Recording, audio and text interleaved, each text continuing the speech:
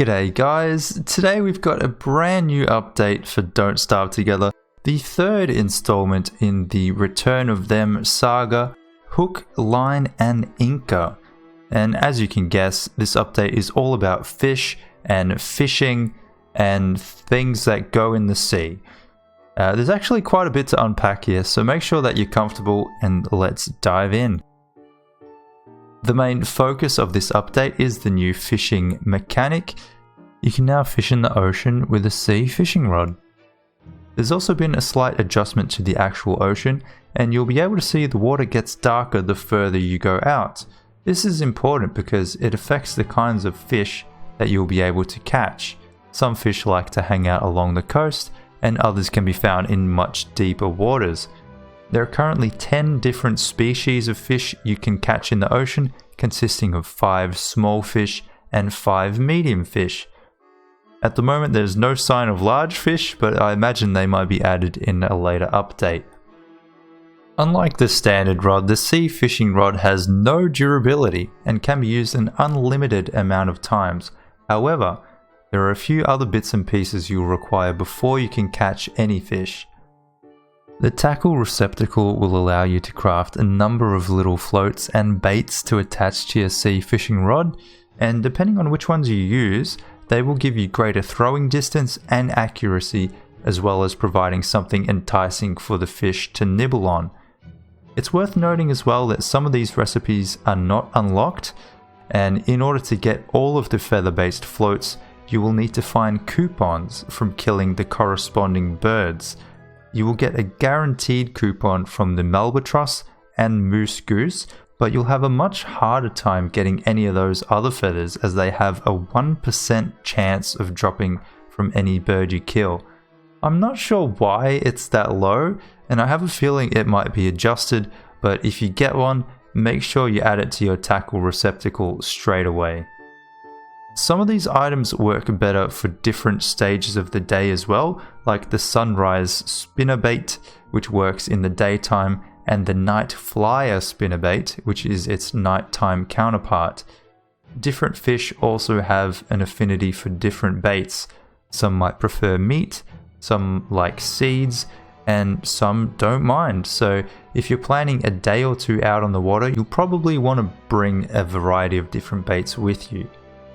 So now you've got your bait and your float, it's time to cast that line. When you head out onto the water, you should come across schools of fish, and you'll notice that each species of fish will have a different appearance under the water as well, so you can kind of tell which fish you're catching before you catch it. Cast your line into the fish, and if you've got the right bait, you should get a nibble before too long. If you don't see any fish heading towards your line after a few seconds, it probably means you've either got the wrong bait or you threw it too far away.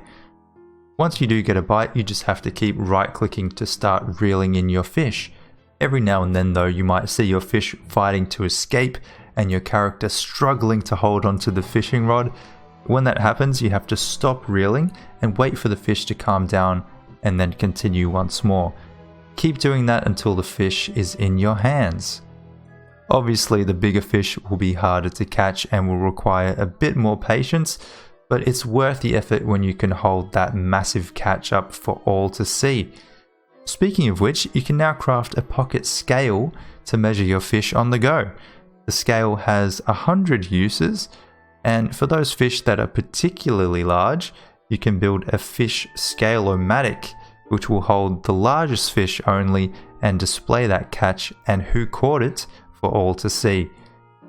And if you don't want to eat your fish, you can keep them in the new tin fishin' bin, which will preserve your fish indefinitely. It can also hold a whopping 12 fish, which is nice because they don't stack and can take up a lot of space in your inventory, especially if you're switching between different baits and bobbers. So what is the point of all this fish, I hear you ask? Well, also added in this update are 3 new Crock-Pot recipes, all involving fish. We see the return of California rolls, which uses kelp instead of seaweed, seafood gumbo, and one of my personal favorites, surf and turf, which gives a whopping 60 HP on top of 33 sanity. And you can even bump that up to 75 HP if you get Wily to sprinkle some salt on top. This is definitely one dish that will make its way into my regular rotation.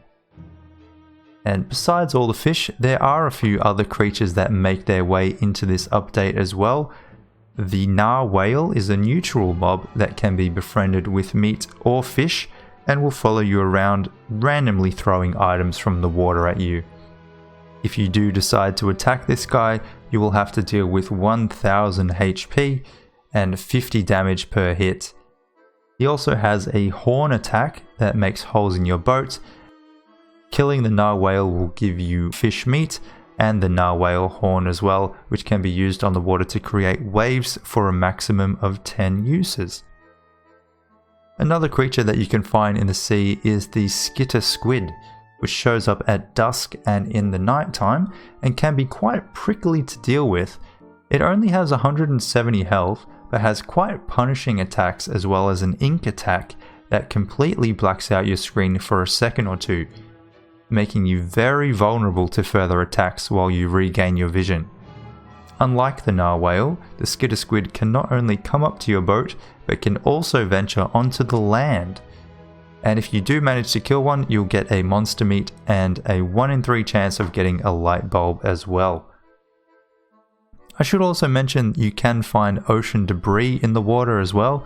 It's not amazing what you get from fishing it up, and it will normally give you kelp or twigs or grass, but it does have a small chance of returning you one of 10 different trinkets, and you can also find some of the fishing lures or bobbers and one of the rare coupons, so it is worth having a look if you're passing by. And that's about it for this update. As usual, this is the beta version of Don't Starve Together, so it's more than likely that there will be some changes in the future, and I will list them in the comments below. Thank you so much for watching. I really do hope you enjoy the video. Subscribe for more videos like this, and I will see you in the next one. Take care.